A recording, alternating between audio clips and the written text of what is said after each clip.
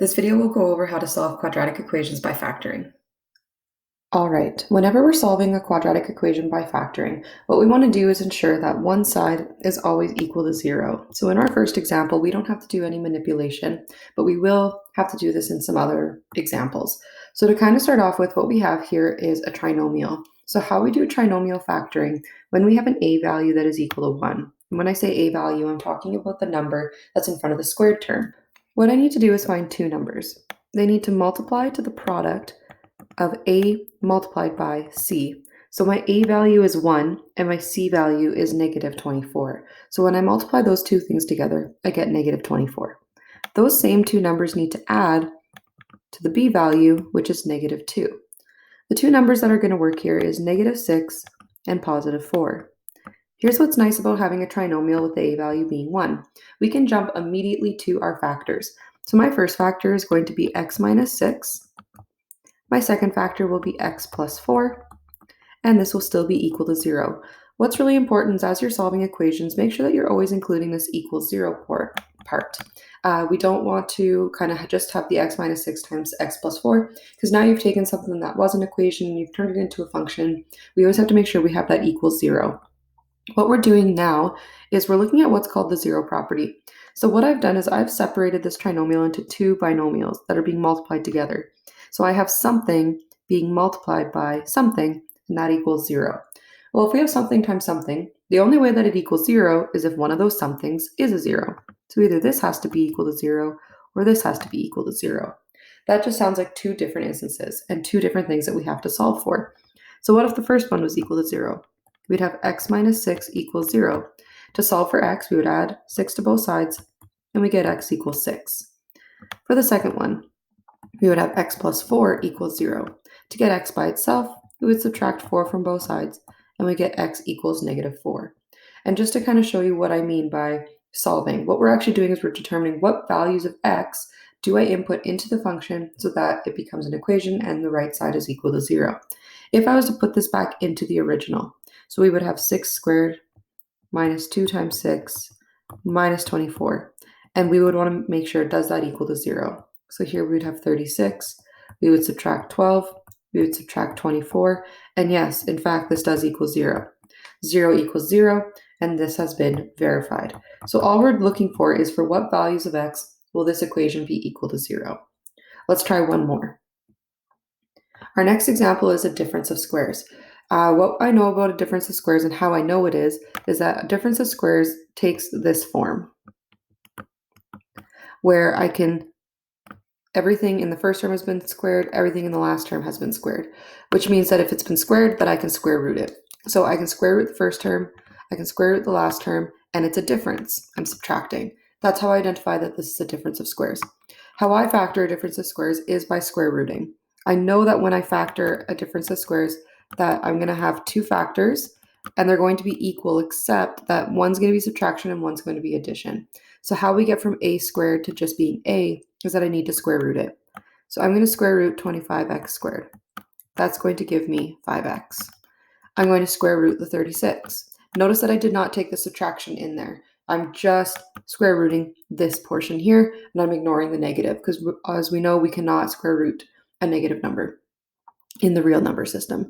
So when we take the square root of 36, we get 6.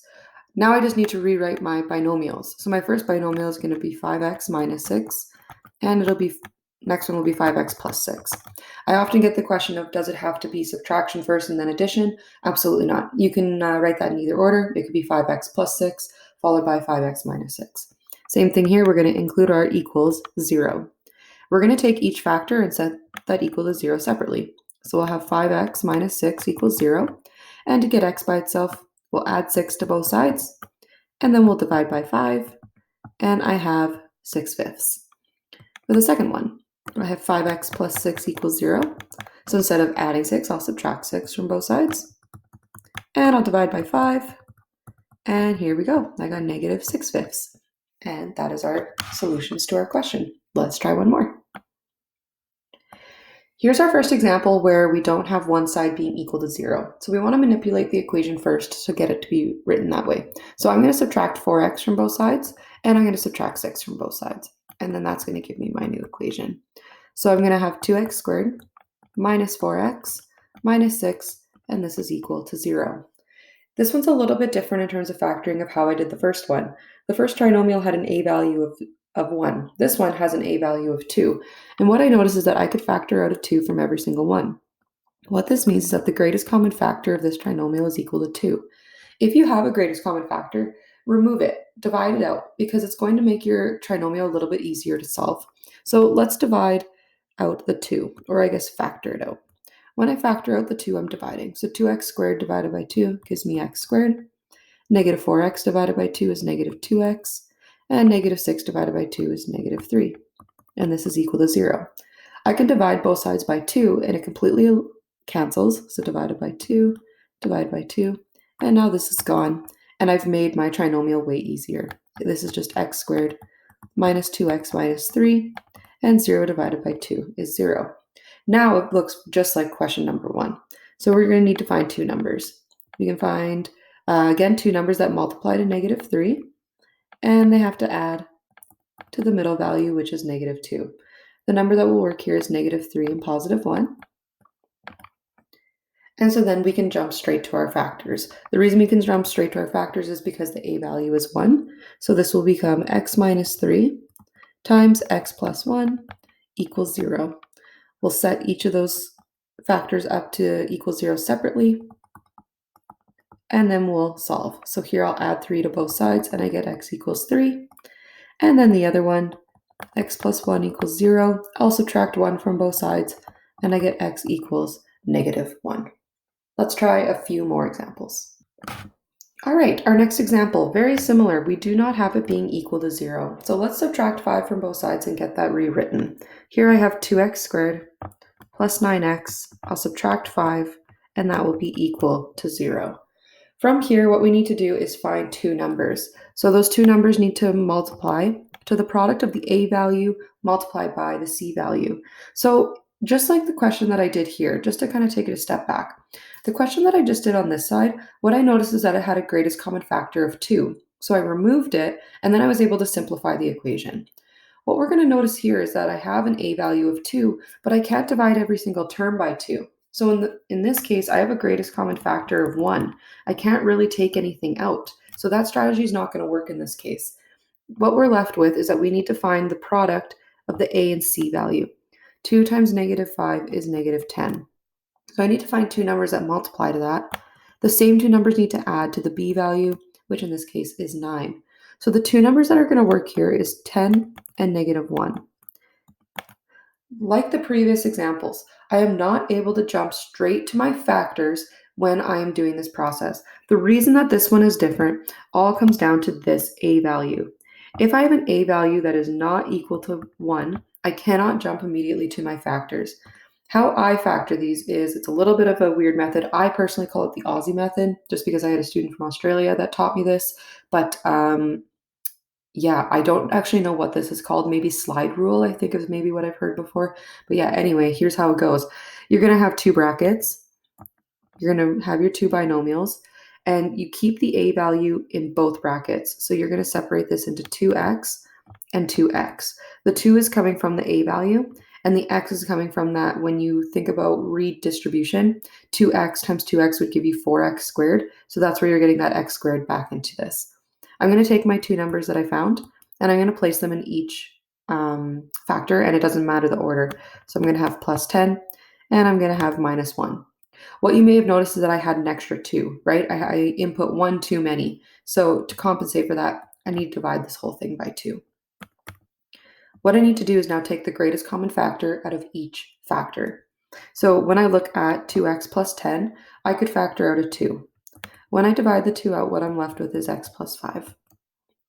When I look at 2x minus 1, there is no greatest common factor there. I can't remove anything, so we're just going to rewrite that.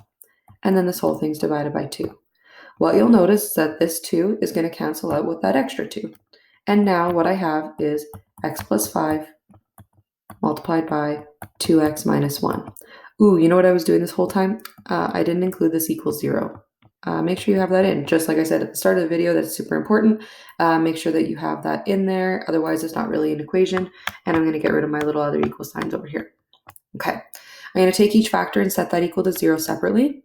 So I'll have x plus 5 equals 0, subtract 5 from both sides, and we get x equals -5. Let's take the second one. We have 2x minus 1 equals 0. I'll add 1 to both sides, and then I'll divide by 2. And then I have my solutions there. Last example for today is this one here. So we got 2x squared minus 3x. So this question pops up a lot, and I guess where a common mistake with factoring this one is that people want to add 3x to both sides, something like this, and then they don't really know what to do because they got x's on both sides, and then they either try to divide by x, and then a whole bunch of things go wrong. Never try to divide by a variable. What you end up doing is you create what's called non-permissible values, and yeah, you can't really do that. So here's the way you're going to do it. Just like in that last question where I was talking about the greatest common factor, what we want to look for is there a greatest common factor here? Well, yeah, absolutely there is. I can take an x out of each term. So let's factor out the x. When I divide that out, 2x squared divided by x is 2x. Negative 3x divided by x is -3. Oops, sorry, not -3x, -3. And that equals 0. What I have here is two factors. It's very similar to when we got to this point over on this question. We have two factors that we are being multiplied together and they both equal 0. So just like we would do before, let's set them both equal to 0 separately. So we have x equals 0. No manipulation there needed. There's my first answer. And then I have 2x minus 3 equals 0. And then we'll add 3 to both sides. And we'll divide by 2. And there's my solution. So these are a whole bunch of different examples of what you may see for quadratics and how you can solve them by factoring. Please let me know if you need any help.